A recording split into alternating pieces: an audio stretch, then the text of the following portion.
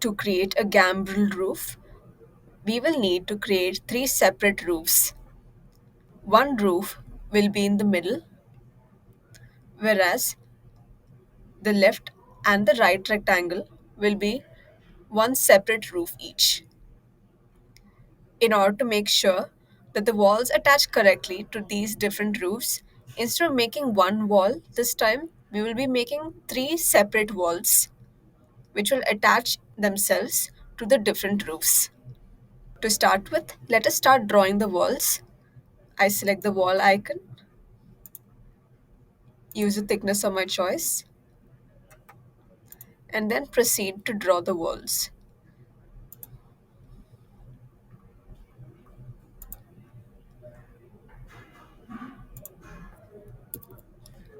I will now do the same with the other side of the room.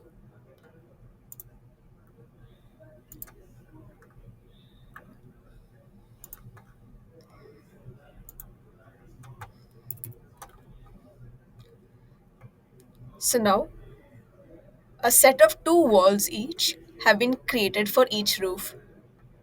Now, as you can see in 3D, each wall will act as a different part which will attach itself to each type of roof.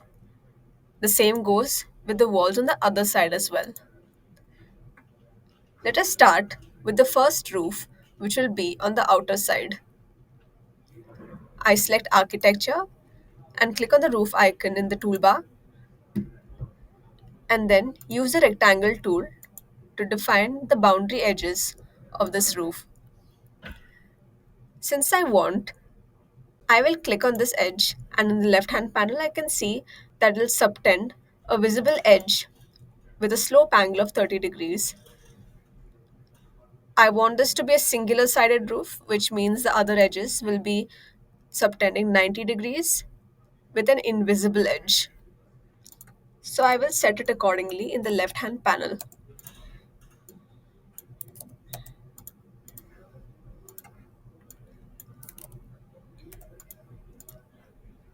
Then I select apply, and you can see that one roof has been formed. Now, to make the opposite part of the gambrel roof, I can either repeat the entire process manually, or I can simply mirror this roof I've just created. By going to floor plan, I select draw, click on the mirror icon, make sure the mode is set to copy, and define the mirror axis. And in 3D, you can see that two parts of the roof has been created. To create the final middle portion, I once again go to architecture and roof. Click on the rectangle to define the boundary of this middle roof. Now, since for this case, it's subtending an angle on both sides, I will make sure that when I click on each of these edges, I will specify the angle of my choice, which in this case will be 15 degrees. The other two edges, however, will still be subtending 90 degrees. I will also set the visibility of these 90-degree edges to be invisible so that we don't see the face of the roof in that side. I select apply to save the change. When I go to 3D, I can see that the roof is almost complete except for the fact that they're all at the same elevation. To change the elevation of the middle portion of this roof, I open an elevation that I've created of this particular wall, and I simply use the measuring tool to determine the height to which I must elevate the middle part of the overall roof. I can see that this height is 635. So I go back to 3D, I click on this roof, and in the left hand panel, under the elevation field, I can see that I must elevate the current position by 635 mm.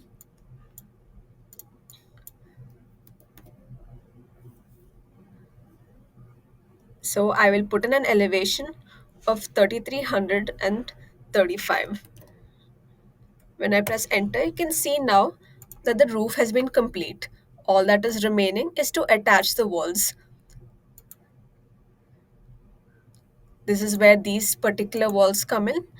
So I click on architecture, click on attach wall, and then I select the two walls and then click on the roof to which I want them to attach. I will proceed to do the same with the other walls as well.